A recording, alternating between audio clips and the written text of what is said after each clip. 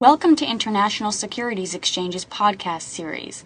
Facilitated by renowned educators, ISE podcasts are intended to teach beginning as well as seasoned investors the ins and outs of trading. To find an updated list of podcasts, please visit www.ise.com/podcasts. Please be sure to listen to our important message following this episode regarding the risks of investing in exchange-traded options. Welcome, everyone. This is your host, Steve Meisinger. I'm the host, of course, for the ISE webinar series, whether it's FX or the ETF presentation that we're going to have at 4:30, an hour and a half from now. As I said, I'm the Director of Education, and we spent a lot of time on putting these kind of presentations together, getting quality people like Raggi Horner. Raggi is an author. She trades the Forex actively, so we're all really interested to hear Raggi's view of the markets today, in view of what's happened in Japan over the last week or so. Just amazing. We see now all or most of the currencies make different moves than you might expect over the last couple of days. Will there be more movement? Of course there's going to be more movement. How much, we don't know. Should you be trading calls or puts? Raggi's going to give us her view. Of course, you never know. There's a lot of uncertainty in the markets, but Raggi has been with us many times. She's very popular here at the ISE, and I'm really pleased that we have Raggi Horner again with us to share her views of the currency markets. As I said, she is an author, and of course she trades all the markets, specifically Forex. Just want to remind everyone that you guys should all get a copy of the characteristics and risks of standardized options. You can get that through your broker. You can call 1-888-OPTIONS. Go to optionseducation.org. And, of course, Raggi will not be making her examples will be used as examples only, so there's not investment advice. You know, what she's trying to do is teach us all how to trade. We're going to learn a bit more, but she's not giving actual investment advice, of course, but you can learn a tremendous amount. Raggi has been with us many, many times, so please consider taxes, margin, and commission. Those factors are not included in any of the examples today, but they are very, very important factors. Just want to remind everyone that if you want to trade the ISE FX options, well, how can you do it? Well, you need to have an account with your equity options broker. So somebody like E-Trade, somebody like Options Express, TradeStation, Interactive Brokers, Trade King, those kind of names, Fidelity, Charles Schwab. You can open an account with those guys and you'll be able to trade the ISE FX options.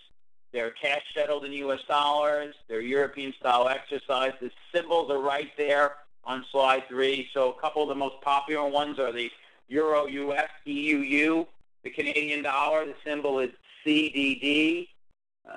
Recently we've been watching the yen, that's YUK, and they can be traded at spreads, and we have a really great website called fxoptions.com. Please check it out. Without further ado, I want to introduce Raggi Horner. Raggi, thanks for joining us today. Thank you so much, Steve, for having me. I always enjoy this talk. I don't get to discuss options as often as I'd like.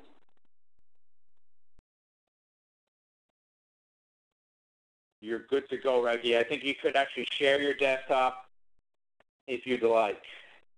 Okay, sounds great. And we're good on the volume and everything? Yes, the volume's perfect. Excellent. All right. So let me go ahead and while I'm getting ready to share my desktop, everybody, you know, Steve's absolutely right. You know, what I'm going to share with you are things that I do. They're not things that I'm necessarily recommending anybody else do until obviously you understand the concepts behind what I'm talking about. Let me also mention that this is from a visual standpoint. I have got to make sure I share the right screen with you all. And let me apologize right away because my desktop here in my trading is a vertical setup. So I've taken all my 20-inch monitors and turned them on their side because, interestingly enough, for whatever reason, they keep making wider and wider, yet the internet is a vertical space. So Hopefully you So, Reggie, what we're seeing is two different screens. The first one is FX options, option quotes and calculator, and the second one is the, I guess, our FX options, the front page of our site. So that's what we see. Somewhat comfortable to look at. Okay, and now we see your charts. Awesome. Okay. We see 8 panes, if you will. Yes. Okay. Wonderful. Is it somewhat understandable? I'm going to basically, everybody, I'm in a PowerPoint.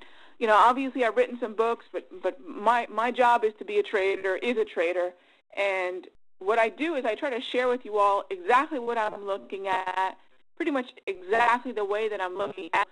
You know, these presentations, what I love about what the ISC lets me do, it's almost like you're hanging out here in my office, and I can share with you exactly what it is that I'm trying to do with my trading and my setups, and we talk about the current market. So let's go ahead and just get into it.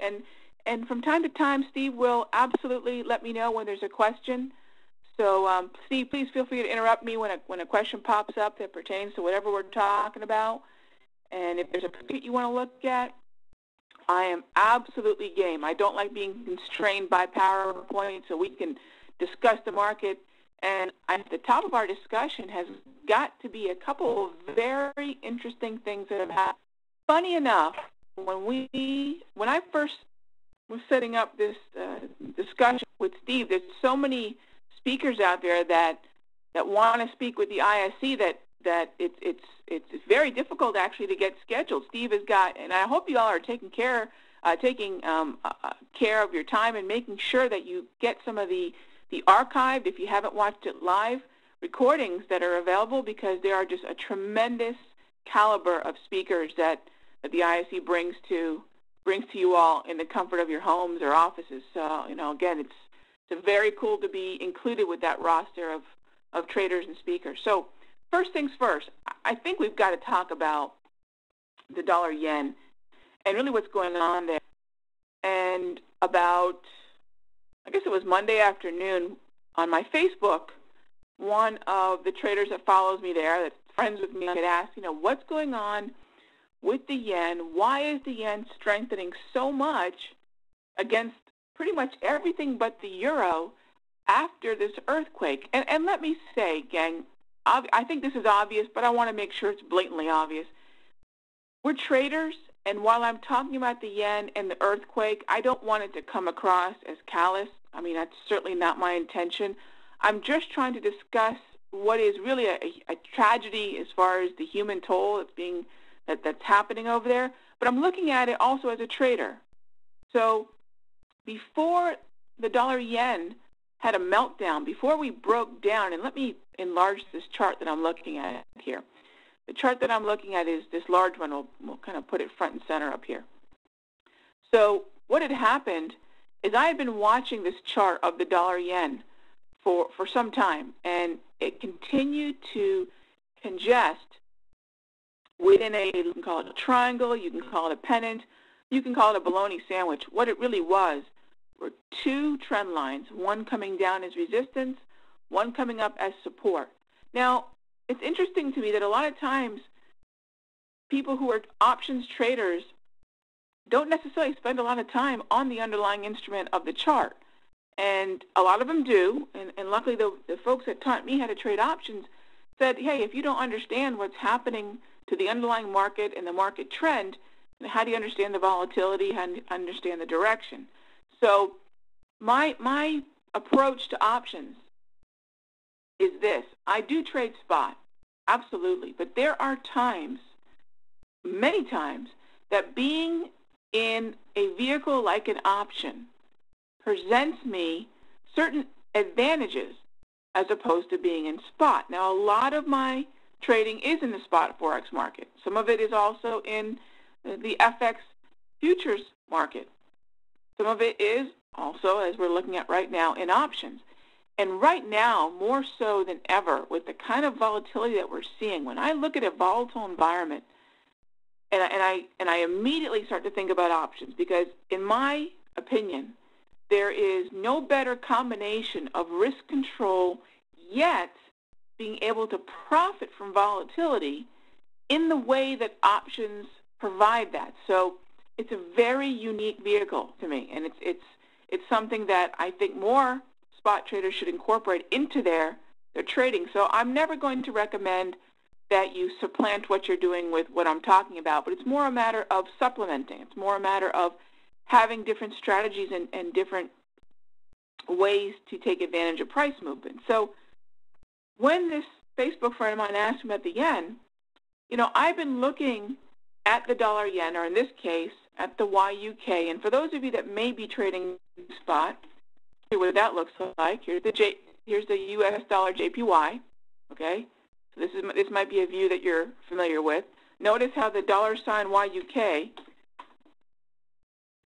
okay, because the dollar is the first currency, exactly like the dollar yen. And I have been looking for the yen to strengthen. Now let's backtrack for a moment, because this was actually one of the options that I had been looking at for about 2 weeks. And the reason for that was, as the dollar yen was squeezing within this triangle, this pennant, whatever you want to call it, the squeeze for me is a transition from congestion, which is a wide volatile range, to consolidation, which is a narrow sideways range. Anytime I have consolidation, anytime I start getting the market to quiet down, I immediately start thinking about options, because at that moment I'm less likely, okay, there's obviously exceptions, but I'm less likely to be paying added price, premium, for the volatility aspect of the option. Remember, options are three-dimensional vehicles. You're paying for your location, if you will, your strike price. You're paying for time, and you're paying volatility. I don't mind paying for time. I always want to make sure I give my strategy enough time to develop and follow through.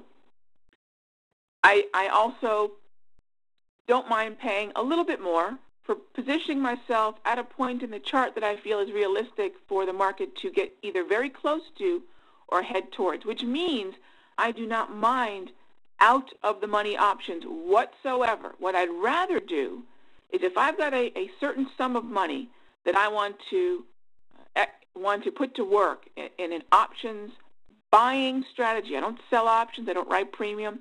I buy them. I'm a speculator. If I've got a certain amount of capital that I want to assign to a trade in that capacity of being a speculator and buying this option, what I want to do is spend as much of it as I can, in many ways, on time, while still having a good balance of being positioned on a spot in the chart that makes sense as far as possibly reaching but not necessarily getting to. So as this market started to squeeze into this triangle, what I started doing was shopping. I call this shopping, put options. Now, why was I looking for puts?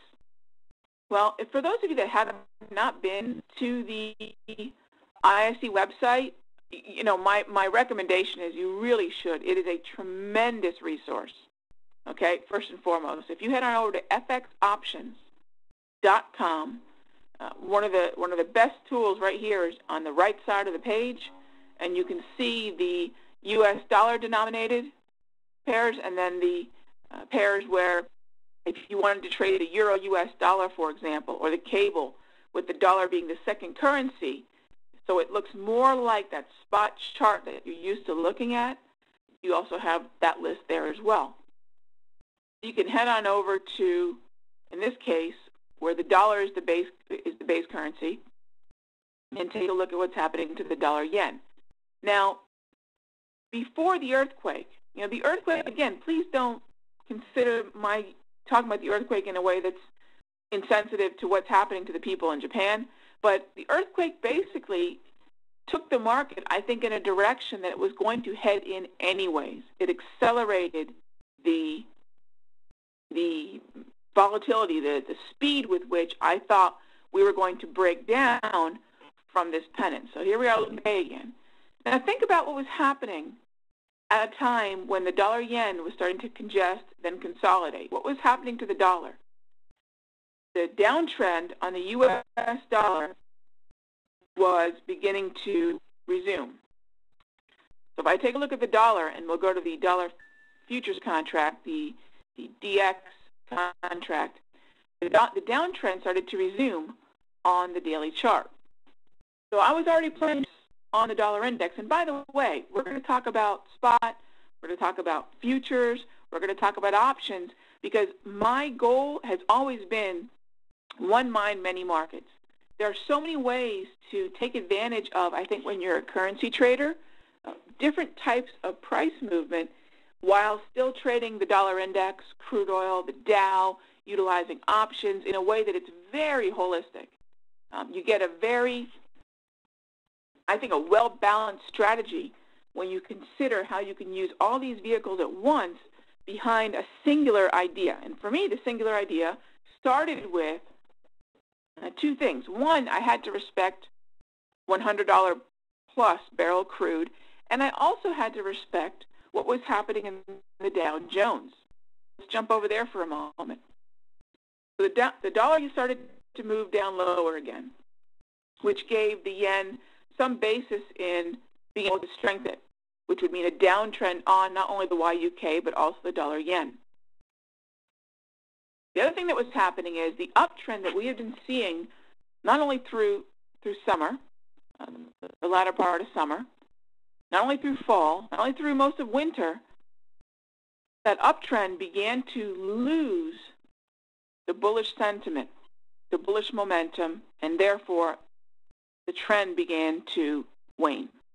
Now remember, a trend is, if there's a formula for a trend, it's the organization of sentiment which turns into momentum, and if the momentum continues, that eventually turns into a trend. So it's sentiment plus momentum equals trend. And I look at sentiment through these candles. If you notice, my candles look a little bit different than candles that you may have seen before. I call them grab candles. Grab, which stands for green, red, and blue. So grab candles, got my green, red, and blue. So you notice they more or less look like traditional Japanese candlesticks. I use a shaded candle for a down candle, a hollowed out candle for an up. But if they close above the three moving averages that I've got on this chart, and I know this chart's a little bit busy, you can see all the moving averages that I'm looking at, but the main moving averages that I use, which I call my 34 EMA wave, for those of you that are unfamiliar with this tool, is essentially the 34 period, which 34, yes, for you Fibonacci fans out there, is a Fibonacci number. The 34 period exponential moving average, one on the high,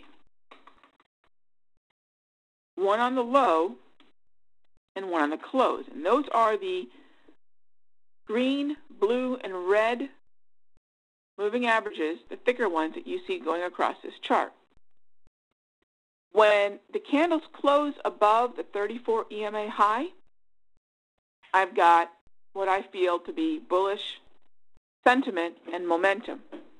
When they close within the 34 period high and the 34 period low, you'll notice a brief time on this chart of the Dow between November and December. You can see some of those blue candles, just as you can see more recently here towards the end of February, early March, those blue candles, that begins to reflect a transition into what I feel is more of a neutral market trend. In other words, the bullishness began to fade, and we're looking more at a range-bound market where there is no dominant trend. Okay?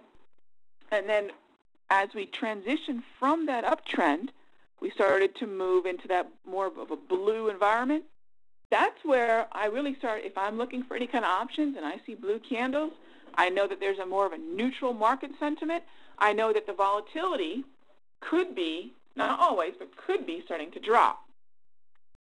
So at that point, I'll start thinking directionally. In other words, I'm not a big fan of bracketing. I think there's plenty of strategies that could take advantage of movement on both sides of the market, but again, I'm a speculator. I want to figure out what I think the market's going to do directionally. When we started to go into distribution on the Dow, and here's where it teams up with that strategy that I had on the dollar yen, which I'm explaining to you right now. Not only was I thinking more neutral on the Dow, as we could be transitioning out of the uptrend, all in the Dow would begin to chip away at all the yen selling and borrowing and possibly allow the yen to either continue to consolidate or even perhaps break down. So I was already thinking bearishly about the yen about 2 weeks ago. And I write for a lot of blogs, all my cards on the table. I am the chief currency analyst for Interbank FX, and I have a blog that I write there as well. And I was already saying that, yes, we're getting a consolidation, and yes, it's best to look at any kind of consolidation or sideways market with a neutral bias, without any bias, really. But because of what was happening in the Dow, I started to have more of that negative feeling, bearish feeling about this pair. So what did I start doing? That's when, we're kind of coming full circle here, so thanks for kind of hanging with me. I got over to the YUK and started shopping for puts. Of course, we know what happened this week. And a lot of people were curious as to why didn't the yen weaken? Why was it not being sold when this event happened? People would think an event like this would hurt the national currency, when in fact there's probably two trains of thought as far as why the yen actually increased and began to rally on the dollar. Well, the one, the dollar was weak. Two, we know what's been happening to the Dow for a couple sessions, and Steve and I earlier were discussing what's been going on with the Dow, and just today alone, the volatility that we're seeing right now is unbelievable. We were down 100 points, then when Steve and I were talking just about 30 minutes ago before the beginning of this webinar, it was down about 2, and here we are down only about 100 points, okay? But with that type of bearish sentiment, we got down there, right? We actually moved down to, I believe, on the Dow today, 11,696. I think a lot of the support there was at that major psychological level, 11,700. So when we moved down that way, what happened to the yen? Well, when risk appetite says goodbye and risk aversion center stage, like we have been seeing, this is not the first down day for the Dow, the yen begins to be bought. On the earthquake, there's a lot of feeling that some of the insurance companies, were buying yen. There was a feeling that a lot of people were treating the yen as a safe haven and buying. So when in times of fear, there's also a good argument for the currency to be bought, not sold. And I think that's what we're seeing right now. Now, we do have precedence for this, Back in 95, there was another earthquake. So it's not like we're looking at, we're not trying to reinvent the wheel here, Back in 95, we had an earthquake, and the yen over the 3 months, 90 days after the earthquake, began to strengthen as well. So I felt very comfortable with these puts that I had in the dollar yen, especially when we couldn't get any footing above 83 as we continue to consolidate. So, some of you might feel comfortable bracketing this market, looking for puts and for calls, but for me, especially when the market started moving up, and I felt comfortable that 83 or that area between 83 and 85 would continue to be resistance, realize I'm taking these resistance levels right from the chart. So a lot of the justification I have for being a bear also comes from the chart itself. It's actually shopping and purchasing puts on the YUK with that expectation of this area remaining resistance. Steve, are there any questions that you think I should tackle at this point? No, I think you're good, Reggie. I'm monitoring them. I think you're fine. Okay, and again, if anybody has any questions, feel free. I'm trying to build out not just the strategy itself, but to me, let me just digress for a moment. There's plenty of great strategies out there, gang. If you were to watch the archives of all the different ISC speakers, there are options traders that are far more skilled than I am. I have a very I won't say simple, but it's a very straightforward approach that is I think a way that I can execute my ideas as a speculator in the Forex market in a better way, especially in an environment like this. So what I'm hoping you're seeing is I'm trying to paint a picture. It's not just about follow step 1, 2, 3, 4. It's when do you follow those steps? What environment does a certain strategy thrive in, or is it best suited for? Okay? So when you start putting all the pieces together, my opinion was that the downtrend, the strength of the yen would persist, the downtrend in the dollar would persist, and that the Dow was losing its footing and beginning to transition. And all that, even without the earthquake, all that meant, to me, a greater likelihood for a breakdown in the dollar yen. Now, in the Forex market, I could have shorted the dollar yen somewhere within this range and taken the heat to the upside and benefited from the downside, but I would have been doing two things. I think one thing that's made the option even more viable for Forex traders, for those of you that are trading spot, we all know that as of last year, our buying power was essentially cut in half. We went from 100 to 50 to 1 leverage. So if you have a sideways market like this and you want to eventually benefit from a breakout or breakdown, to tie up a significant amount of capital, to tie up a certain amount of your margin in an effort to eventually take advantage of a breakout or breakdown, you might end up having to miss out on other trades because you have to allocate your capital in such a way that if there is a shorter term opportunity that arises, you've got enough money in your account to go ahead and take advantage of it. At 50 to 1, I think we have to be even more cognizant of that. So if I have a consolidation/congestion pattern where I know I could be bouncing around within a range, rather than taking all the back and forth, which, let's face it, can be not only draining to your buying power, but also emotionally draining, I'll utilize an option instead of that.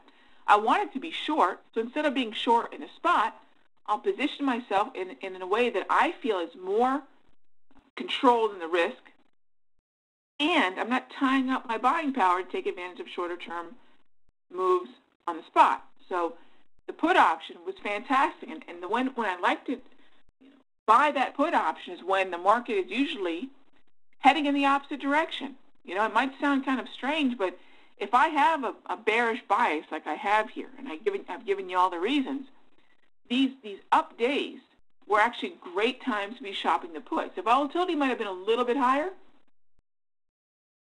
but the premium generally was less when you're looking at a put. In this environment right now, I don't want to be looking at puts. That's my approach. I don't want to be looking at a put option over the past 3 or 4 sessions. I'm going to pay a lot more, not only in volatility, okay, compared to the more quiet environment. All right, so I think, one of the first things is if you do have a plan that you're trying to execute, like in this case, wanted to take advantage of the move lower, I want a quiet environment. Thank you for listening to our podcast. To find more podcasts on options, stocks, alternative markets, and market data, please visit www.ise.com/podcasts.